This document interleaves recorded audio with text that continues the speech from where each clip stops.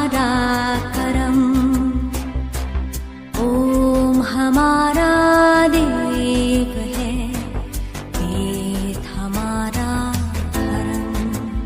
आर्य वीर, आर्य वीर, आर्य वीर, आर्य वीर।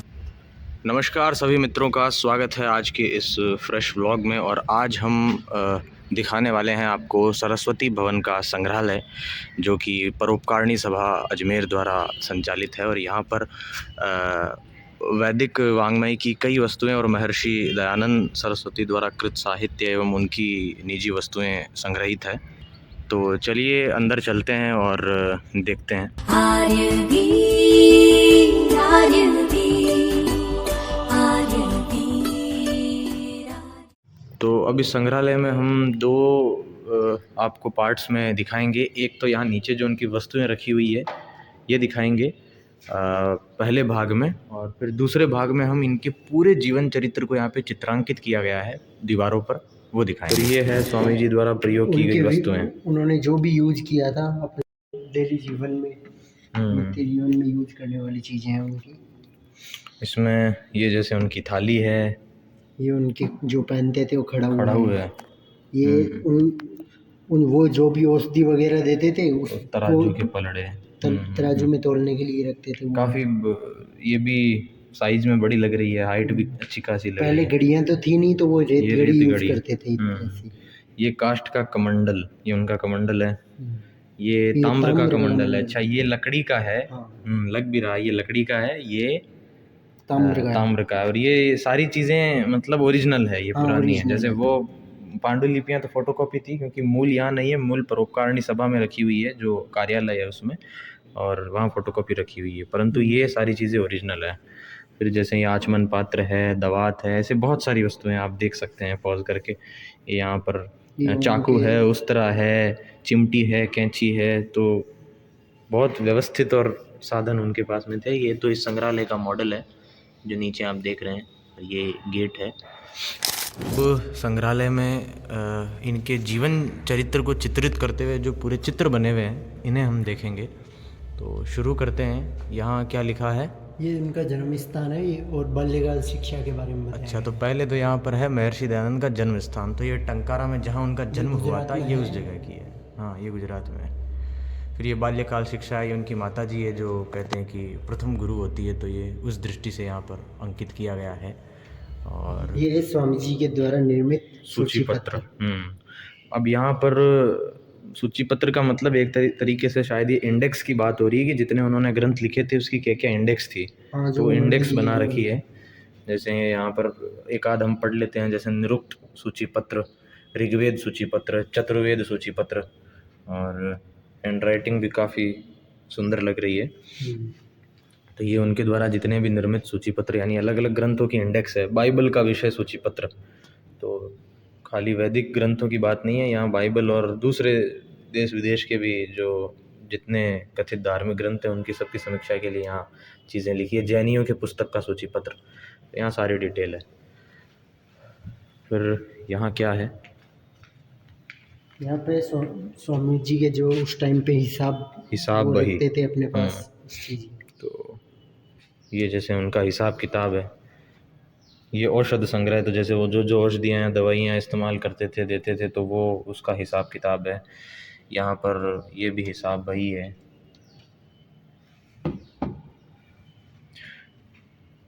संस्कार विधि मूल प्रति की फोटो प्रति, जिसमें 3 मंत्रों से 3 संविधाओं की आहुति का उल्लेख है। तो यहाँ पर अलग अलग इनकी हिसाब बही है, और ये 2 यहाँ संस्कार विधि की प्रति है। ये मूल पांडुलिपियाँ हैं, और जो प्रथम पांडुलिपियाँ थी उनकी जेरोक्स है, जेरोक्स कॉपी है। फिर ये स्वामी जी ने जो पुस्तकें करी है उनके विभिन्न संस्करण हैं। यानी जितनी भी पुस्तकें उन्होंने लिखी है उसके विभिन्न संस्करण हैं। सबसे पहले देखते हैं महर्षि दयानंद सरस्वती द्वारा लिखित मूल संस्कार विधि फोटोकॉपी। यानी अगर जो छपती है उससे किसी को मिलान करना है कि कुछ गड़बड़ तो नहीं हो रही है, तो ये मूल प्रति है संस्कार विधि पुस्तक की। यानी जो मूल प्रति उस समय तत्कालीन जो छपी थी उसकी ये फोटोकॉपी है। इसको अगर आप यहाँ से परमिशन अगर मिलती है तो आप खोल के इसको निकाल के पूरी पढ़ भी सकते हो। ये ओरिजिनल जो है वो उसकी मूल प्रति है। फिर संस्कार विधि का प्रथम संस्करण, ये प्रेस कॉपी है, मतलब जो प्रेस से निकली थी। अभी आगे प्रिंटिंग मशीन भी रखी हुई है यहाँ पर, 150 साल पुरानी प्रिंटिंग प्रेस, वो भी दिखाएंगे। ये सत्यार्थ प्रकाश की प्रेस कॉपी, ये द्वितीय संस्करण है। महर्षि दयानंद सरस्वती द्वारा लिखित मूल सत्यार्थ प्रकाश ये है। ये मूल सत्यार्थ प्रकाश पूरी किताब है, आप पन्ने पलट के चेक कर सकते हैं। फिर ये महर्षि दयानंद सरस्वती द्वारा लिखित मूल ऋग्वेदादि भाष्य भूमिका की फोटोकॉपी है। तो जो ऋग्वेदादि भाष्य भूमिका नामक पुस्तक है, जिसमें वेद भाषा से जो पहले पढ़ने की भूमिका है, उसकी ये पूरी बुक है।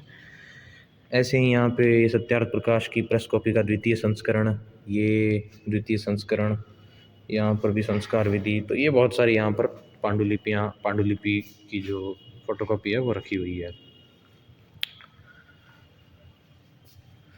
फिर यहाँ है स्वामी जी की पुस्तकों के विभिन्न संस्करण। अच्छा, ये भी विभिन्न संस्करण है। वो भी किताबें थी वहाँ, ख़त्म नहीं हुई है अभी, ये एक और सेट है यहाँ पे।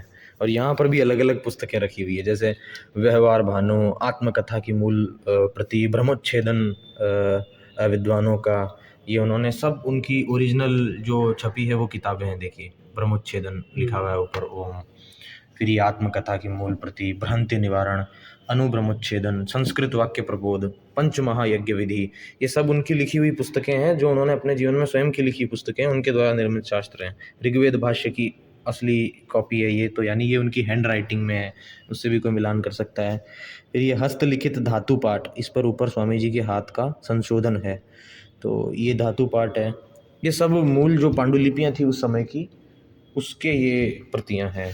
शतपथ ब्राह्मण, जो महर्षि दयानंद सरस्वती कृत हस्तलिखित शतपथ ब्राह्मण है ये, यानी वो भी तो ब्राह्मण ग्रंथों को पढ़ने के लिए आज की तरह जब उन्होंने प्रिंटिंग प्रेस स्थापित की तो उससे पहले तो प्रचलन में थी नहीं, तो वो हाथ से लिख करके अपने पास में मनुस्मृति, ब्राह्मण, आरण्यक सब कुछ रखते होंगे। ये हस्तलिखित निरुक्त, ये भी जैसे उनका स्वयं का, मतलब ये उनकी लाइब्रेरी एक तरीके से, वो जो निरुक्त रखते थे, तो जब भी ग्रंथ बनाते थे या शास्त्रार्थ करते थे, उन्होंने अध्ययन किया तो अपने पास ये सब ग्रंथ तो रखते थे। ये गो करुणानिधि उनकी स्वयं की पुस्तक है, ये उसकी पांडुलिपि है, पांडुलिपि की फोटोकॉपी। यहाँ पर 2 शॉल रखी हुई है, जो उन्होंने एक शाहपुरा नरेश ने दी थी और दूसरी उनको उदयपुर नरेश ने दी थी। ये उनको भेंट की गई शॉल है, और इसको तो शायद से यदि टच किया जाएगा तो ये नष्ट हो जाएगी, क्योंकि बहुत पुरानी हो चुकी है लगभग। नहीं, इतनी जल्दी ये नष्ट नहीं होगी। नहीं, बट यदि टच करेंगे तो वो फट जाएगी, इसलिए इसको निकाल नहीं सकते। बाकी तो अभी तो रहेगी लंबे समय तक, ये जैसे वहाँ से कुछ जगह से फटी हुई है।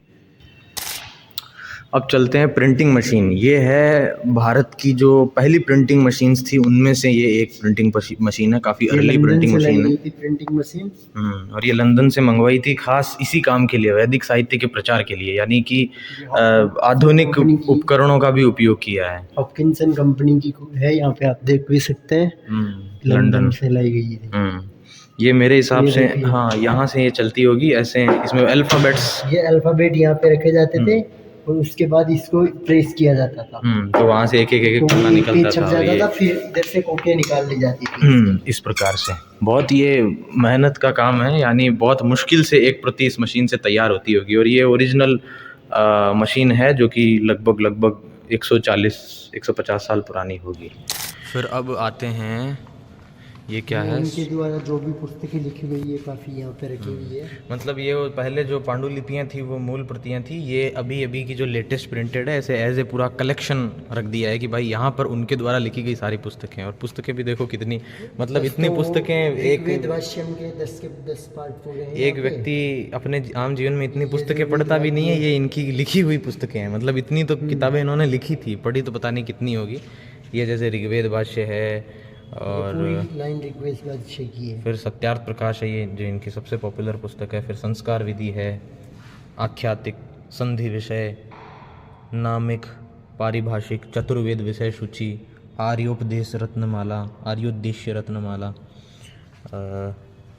उणादि कोश, निघंटु, धातु पाठ, अव्ययार्थ है, बहुत सारी पुस्तकें हैं, मतलब अष्टाध्यायी भाष्यम, ये उनका अष्टाध्यायी भाष्य है जो आजकल छपता नहीं है, ये प्राचीन है। और बहुत सारी ये पुस्तकें हैं, गो करुणानिधि, ये सारी पुस्तकें उनकी लिखी हुई है, पंचमहायज्ञ विधि।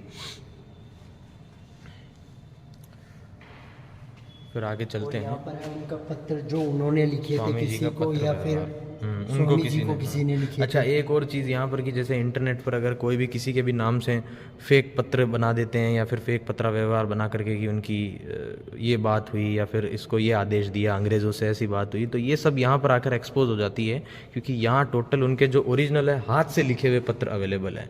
तो जो इंटरनेट पर हैं वो यहाँ से आराम से मिलान हो जाएंगे। जैसे ये महर्षि दयानंद सरस्वती जी की स्मृति में भारत सरकार की ये डाक टिकट है, ये तो दोनों डाक टिकट है। फिर पंडिता रमाबाई द्वारा महर्षि दयानंद को लिखे गए पत्र। फिर ये कर्नल अल्कॉट थियोसॉफिकल सोसाइटी के प्रधान को लिखा गया पत्र। कई लोग थियोसॉफिकल सोसाइटी से उनको जोड़ करके और एंटी इंडियन दिखाने की कोशिश करते हैं, कई बार जो विरोधी होते हैं वो, लेकिन ये सब चीज़ यहाँ से एक्सपोज हो जाती है, क्योंकि यहाँ उनके ये मूल हस्तलिखित पत्र हैं जो उनकी असली जो वार्ता हुई थी, ये यहाँ पे परोपकारिणी सभा के संग्रहालय में रखे हुए हैं। फिर ये महर्षि दयानंद सरस्वती द्वारा राजा शिव प्रसाद जी को लिखा गया पत्र है। ये श्री श्यामजी कृष्ण वर्मा, इनमें देख लीजिए नीचे साइन उनके हस्ताक्षर भी किए हुए हैं। हस्ताक्षर भी है, देखिए ये इनके नीचे हस्ताक्षर है, ये रहे यहाँ इसमें आराम से आपको दिख जाएंगे। ये यहाँ और क्लियर दिख जाएगा, ये उनके हस्ताक्षर हैं। ये हस्तलिखित पत्र, ये पंडिता रमाबाई को फिर से इन्होंने जो लिखा वो पत्र। फिर ये बाबू माधोलाल जी का पत्र है। ये श्यामजी कृष्ण वर्मा जो कि बहुत पॉपुलर क्रांतिकारी थे, इनको सब जानते हैं, इनके ऊपर आने वाले टाइम में भी मूवी भी आने वाली है। उनका जो पत्र व्यवहार था इनसे, दयानंद सरस्वती जी से, वो है। ये चित्तौड़ से इलाहाबाद के पते मुंशी समर्थदान को भेजा गया, शाहपुराधीश को भेजा गया। तो यहाँ सारे पत्र हैं और ये कम्प्लीटली आर्कियोलॉजिकली वेरीफाइड हैं कि ये ओरिजिनल मूल पत्र हैं। तो अब संग्रहालय में यहाँ पे जो ऊपर दीवार में इनका जीवन चरित्र चित्रित किया गया है, इसको पूरा देखते हैं कि यहाँ पर क्या अंकन है। तो सबसे पहले तो यहाँ पर क्या लिखा हुआ है, ये उनका जन्म स्थान है टंकारा, जो गुजरात में है। तो ये उनका जन्म स्थान है, इसी कुटिया में उनका जन्म हुआ था। ये उसका बाल्यकाल शिक्षा के, फिर ये बाल्यकाल शिक्षा, जहाँ पर ये उनकी माता जी को चित्रांकित किया गया है। फिर ये यज्ञोपवीत संस्कार है उनका, ये जूम करके मैं दिखा देता हूँ, ये उनका उपनयन हो रहा है, ये उसकी फ़ोटो है। फिर क्या लिखा है, ये बोधरात्रि। यहाँ क्या हुआ था कि शिवलिंग के ऊपर आप देख सकते हैं कि चूहे जो है वो बैठकर प्रसाद खा रहे हैं। तो ये चीज़ देखकर उन्हें आश्चर्य हुआ और ये सोचने को मजबूर हुए कि क्या ये मूर्ति ही ईश्वर है या इससे भी बढ़कर कुछ है। तो यहाँ से उनको एक इंटरेस्ट जागा था अध्यात्म के प्रति। ये इस कारण से इस रात्रि को बोधरात्रि कहते हैं। ये उनके चाचा और बहन की मृत्यु का हाँ, ये चाचा और बहन की मृत्यु का समय है, जिसके बाद में वो एक वैराग्य को अनुभव करने लग गए, और ये उनकी फ़ोटो है, आप देख रहे हैं।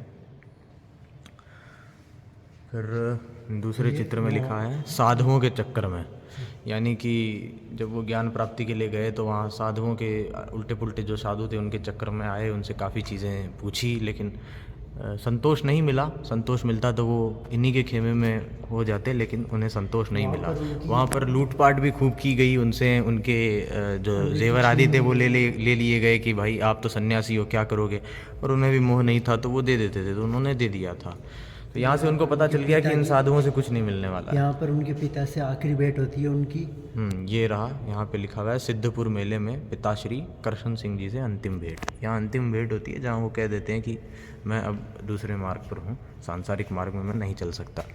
फिर गंगा किनारे शव परीक्षण, ये उन्हें गंगा नदी के पास में एक शव बहता हुआ मिलता है, तो उसे वो निकाल लेते हैं और एक जिज्ञासावश की इसमें क्या क्या है वो इसकी चीर फाड़ करते हैं। यहाँ से शायद उन्होंने प्रथम बार पूरी एक प्रैक्टिकल एनाटॉमी की क्लास ले ली, जहाँ पर वो चीर फाड़ करके देखते हैं कि शरीर में क्या क्या है अंदर। फिर यहाँ पर जंगल में वो जब घूम रहे थे तो उनकी भालू से जो भेंट हुई थी, भालू से भेंट होती है, वहाँ वो डरते नहीं थे किसी से भी। तो ये एक चित्रांकन है कि वो भालू को भी उन्होंने एक छड़ी के माध्यम से भगा दिया था। ये फिर मथुरा में गुरु विरजानंद जी की कुटिया और शिक्षा, तो ये उनके जीवन की मेरे हिसाब से सबसे महत्वपूर्ण घटना है, क्योंकि उन्हें अभी तक सिर्फ पाखंडी मिले थे, लेकिन अब उन्हें वो गुरु मिलते हैं जो उन्हें वेदों का वास्तविक ज्ञान देते हैं। और कहा जाता है कि वो जब कुटिया के दरवाजे पर दस्तक देते हैं तो विरजानंद जी पूछते हैं कि कौन हो, और वो कहते हैं यही प्रश्न का उत्तर जानने के लिए मैं आपके पास आया हूँ, और वहाँ शायद इन्हें पता चल जाता है कि इस बालक में कुछ विशेष है, और यहाँ से उनके वेदों की शिक्षा होती है। जब वेदों की पूरी शिक्षा हो जाती है, तो हाँ, उनको लोन की भेंट देते हैं, हाँ, तब वो मना कर देते हैं कि नहीं, मैं ये भेंट नहीं लूँगा, जब मैंने वेदों की इतनी उच्च शिक्षा आपको दी है तो इसके बदले में मुझे भी कुछ उच्च चाहिए, और बदले में पूरा जीवन लेते हैं और कहते हैं कि पाखंड का खंडन करना है, अनार्ष ग्रंथों का खंडन करना है और आर्ष ग्रंथों का प्रचार करना है। ये जो चीज़ है, इसकी प्रतिज्ञा गुरुवर विरजानंद जी ने ही इन्हें दी थी। ये इनकी कोई नई परिकल्पना नहीं थी, ये उनके गुरुजी का आदेश था, जो कि मथुरा के बहुत बड़े वैयाकरण थे। फिर यहाँ पर उनको अजमेर में जो कर्नल ब्रुक्स थे उनसे वो भेंट करते हैं और गौ हत्या को रुकवाने के लिए उनसे बातचीत करते हैं, मीटिंग करते हैं। ये आप फोटो देख सकते हैं यहाँ पर, ये कर्नल ब्रुक्स है और ये इनसे दयानंद जी चर्चा करते हुए। लेकिन बहुत पक्षधर थे वो, गौ प्रेमी थे और गौ हत्या के लिए उनको बहुत चिंता रहती थी। ये पाखंड फिर कुंभ मेले में पाखंड खंडनी पताका, जो आज भी हरिद्वार में मिल जाएगी, यानी जहाँ जाकर वो डंके की चोट पर कहते हैं कि एक वेद मत ही सत्य है, बाकी जितने भी अन्य जो मतांतर है वो सिद्धांत रूप से सही नहीं है, दार्शनिक रूप से सही नहीं है, और फिर ये पाखंड खंडनी पताका फहराते हैं। और इसी कड़ी में फिर तलवार तोड़ देते हैं राजा रावकर्ण सिंह की। हाँ, रावकर्ण सिंह, ये कोई शैव या वैष्णव राजा थे जितना मुझे याद है, और ये रोष में आकर के इन पर हमला करने के लिए ले जाते हैं, लेकिन वो उनके हाथ से तलवार छीन करके वहीं तोड़ देते हैं, और ये भी कहते हैं कि मैं सन्यासी हूँ इसलिए हमला नहीं कर सकता, लेकिन मुझ में शक्ति है अपने आत्मरक्षा की, तो ताकि ये कमज़ोर ना समझे। तो राजा वहीं पे हृदय परिवर्तित हो जाता है और इनके अनुयायी बन जाते हैं।